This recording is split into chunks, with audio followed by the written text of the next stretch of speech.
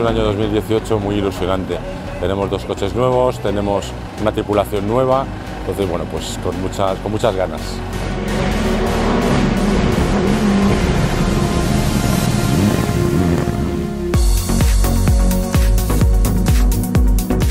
Ya tenemos el coche bien a punto, el coche el año pasado, a final de temporada, ya demostró que está muy arriba y lo importante es esto, que ya empezamos ya con una muy buena base, ¿no? Es decir, tenemos el coche ya con el setup ya bueno, estamos acabando de probar cosas diferentes para ver si podemos obtener alguna mejora. Yo creo que este año tenemos todo para hacer un buen papel y nuestro objetivo es este, ¿no? Intentar ganar las marcas otra vez, intentar estar lo máximo arriba en todos los rallies y bueno, a ver dónde llegamos a final de año.